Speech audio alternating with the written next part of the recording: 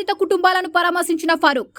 నంద్యాల మండలం చాపిరేవ్ల గ్రామంలోని ఇంటిలో గ్యాస్ సిలిండర్ పేలిన ఘటన స్థలాన్ని పరిశీలించి ప్రమాదంలో గాయపడిన వారిని మంత్రి ఎన్ఎండి ఫారూక్ గారు పరామర్శించి వారికి అండగా ఉంటామని హామీ ఇచ్చారు. ఈ కార్యక్రమంలో నంద్యాల రూరల్ తహసీల్దార్, విఆర్ఓ, చాపిరేవ్ల తెలుగుదేశం పార్టీ నాయకులు తదితరులు పాల్గొన్నారు.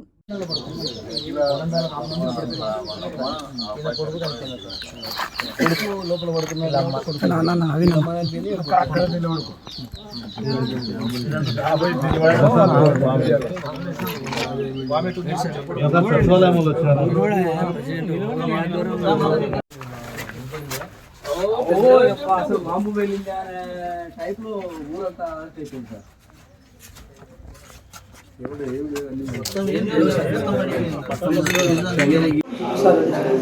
నమస్కారం. అయితే ఈరోజు ఉదయం అంతా జనరల్గా 1వ తేదీ పెన్షన్ పెంచే కార్యక్రమం ఉంటుంది. ఆ కార్యక్రమం ముగించుకొని మా సీనియర్ కార్యకర్త, మా అందరికీ మాత మార్గదర్శకుడు వెంకటరెడ్డి ఆరోగ్యం బాగాలేకపోతే ఆయన చూసి, అదేవిధంగా మొన్ననే ఈడ గ్యాస్ పేలి దాదాపుగా ఇద్దరు చనిపోయినారు. ఒకరిద్దరి పరిస్థితి ఆందోళనకరంగా ఉంది. అది ఇల్లు కూడా కంప్లీట్ డ్యామేజ్ అయిపోయింది. గ్యాస్ పేలింది కానీ సిలిండర్ పేర్లే. దాని దెబ్బకు అసలు ఇంత డిజాస్టర్ అయిపోయింది. చాలా భయంకరంగా ఉంది. కాబట్టి వారికి ఆర్థిక సాయం ప్రభుత్వం తరఫున ఏ విధమనేది ఆలోచన చేసి కలెక్టర్ గారితో మాట్లాడా.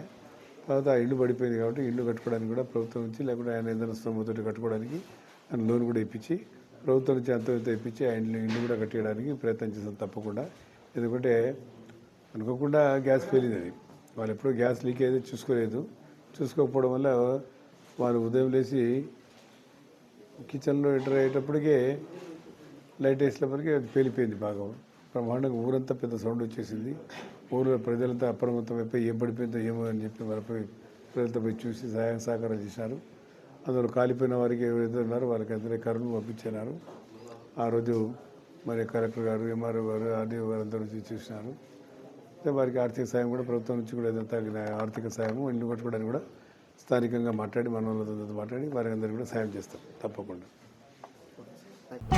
వివిడి న్యూస్ టీవీని తక్షణమే సబ్స్క్రైబ్ చేసుకోండి. నోటిఫికేషన్ కోసం బెల్ ఐకాన్ క్లిక్ చేయండి. మరిన్ని అప్డేట్స్ కోసం ప్రతి ఒక్క కుటుంబానికి ఉచిత ప్రకటనలు వచ్చే విధంగా మీకోసం మీ ముందుకు వివిడి న్యూస్ టీవీని ఏపీ ఫైబర్ నందు 99వ ఛానల్ మరియు యూట్యూబ్ నందు వీక్షించెదరు.